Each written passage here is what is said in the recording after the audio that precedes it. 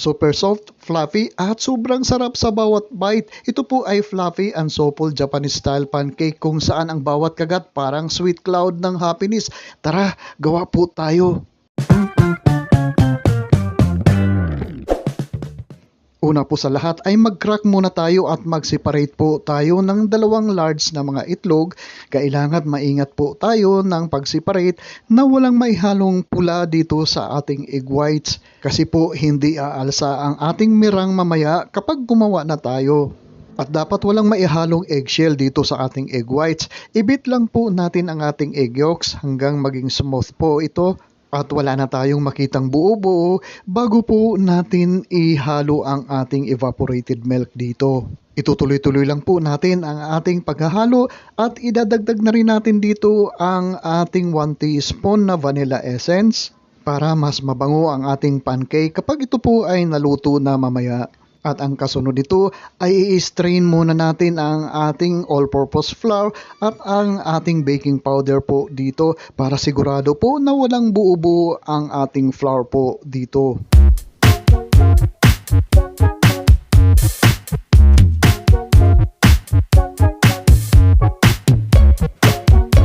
Hahaluin lang po natin ito hanggang sa maging smooth po ang ating butter dito. Pero hindi po kailangan i-overbeat ang ating butter dito kasi po hindi po lalambot ang ating pancake. Hanggang maging smooth lang po ang ating butter dito at pagkatapos i-set aside muna natin ito kasi po gagawa tayo ng ating merang. At para sa ating merang ay ibibit po natin ang ating dalawang egg whites dito hanggang sa maging foamy lang po muna.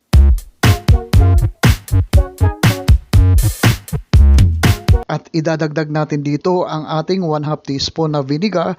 Pwede rin sana cream of tartar o kaya lemon juice para maging stable po ang ating mirang. At gradually idadagdag naman natin dito ang ating sugar into 4 batches po. Dahan-dahan lang po ang ating pagdadagdag ng ating sugar dito. At habang hawak natin ang beat ay special shoutout natin sila. Cory Guamil ng Italy, Plants Addict ng Australia, Merna Haka ng Canada, Norma Lazarte ng Polillo Island, Nilida Tambulero ng Australia, Artisiera Francisco ng Taipei.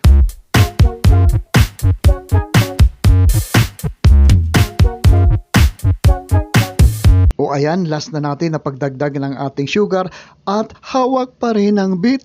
Ituloy-tuloy pa rin natin ang ating pagbibit over high speed na po hanggang sa maging stiff po ang ating mixture po dito, ang ating mirang.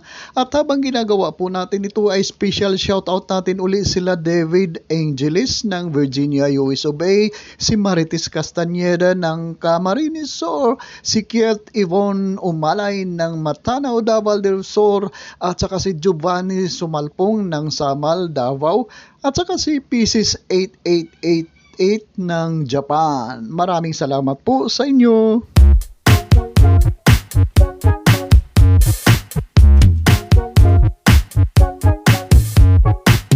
O ayan, sa tingin ko nasa stiff form na ang ating mirang po dito. Kapag inangat po natin ang ating whisk ay hindi na.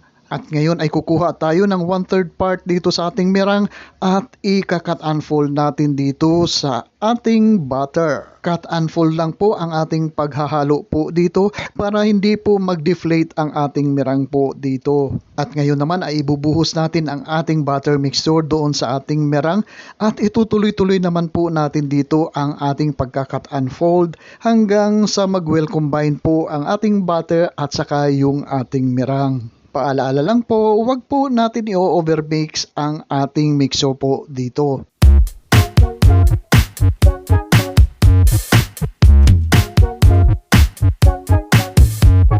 Ngayon naman po ay magpapainit tayo over very low heat dito sa ating pan at pahiran muna natin ng butter ang ating mainit na pan bago po natin mag-scoop ng ating butter dito. At bago po natin takpan ito ay maglalagay po tayo ng 1 tablespoon na water dito sa around sa ating butter mixture at tatakpan natin dito at itutuloy-tuloy lang ang ating pagluluto nito ng mga 1 minute at magdadagdag po tayo dito para umumbok po ang ating pancake kapag ito po ay naluto na at itutuloy-tuloy lang po natin ang ating pagluluto for another minute at i-flip po natin sa kabilang side para maluto rin po ang kabilang side. Magdadagdag ulit tayo dito ng 1 tablespoon na water at tatakpan ulit natin iluluto ng another 1 minute at ito ay luto na po. At ito na po ang smiling at nakaumbok na maumbok na